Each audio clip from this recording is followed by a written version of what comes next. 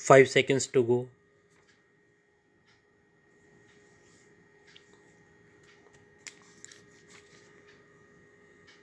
Start.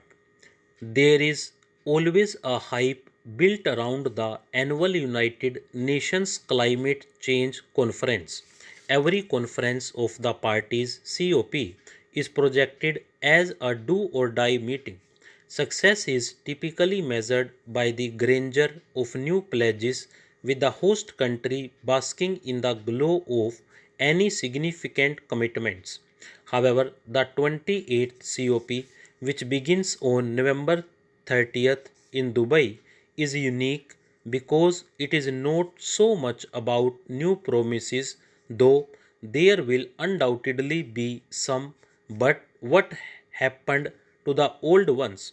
The question to be answered in Dubai this December is, have the countries kept their promise, and if not, what is next? Dubai COP, therefore, is the first official reality check of the climate crisis. It is also a reality check for the oil and gas industry and for the commitment of the rich world to support poor countries in dealing with climate disasters. The Paris Climate Accord, adopted in 2015 and signed by 195 countries, is a unique treaty. While it had set an international goal to keep temperature increases within 1.5 to 2 degrees Celsius, it cannot force countries to cut emissions. Countries pledge voluntary commitments to reduce emissions, called nationally determined contributions (NDCs), but these are not legally binding and there is no penalty for non compliance.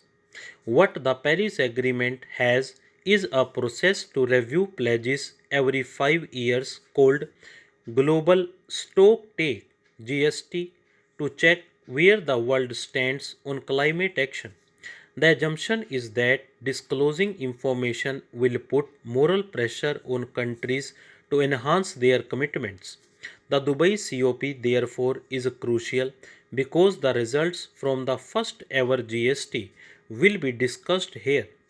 While all assessments clearly show that the current emissions trajectory will lead to a 3 degrees Celsius warming by the end of the century, the big question is, what kind of message from GST will be delivered in Dubai?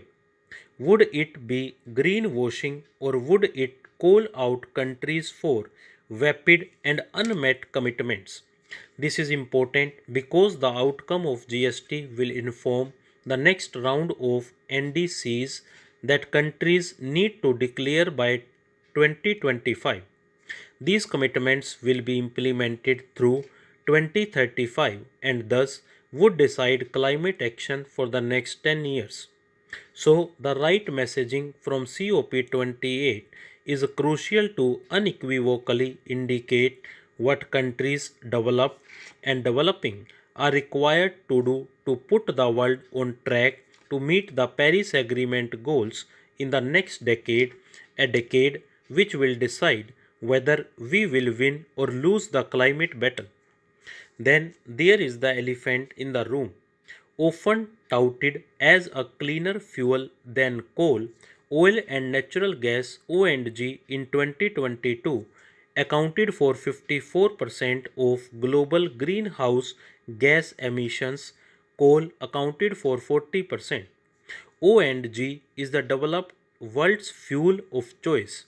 In the EU, for instance, they contribute about 60% of the total energy. Coal's contribution is 10%. The reliance on ONG is even greater at 70% in the US. In contrast, the dependence on coal is higher in emerging economies like India, China, South Africa, and Indonesia. 2 years ago, at COP26 in Glasgow, an agreement was reached to phase down coal use. This concession was wrung from countries like India that depend heavily on coal to meet their energy demand.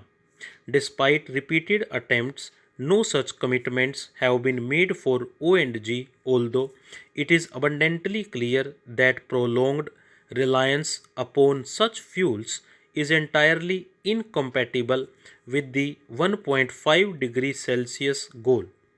Dubai, however, is the perfect venue to make such a commitment.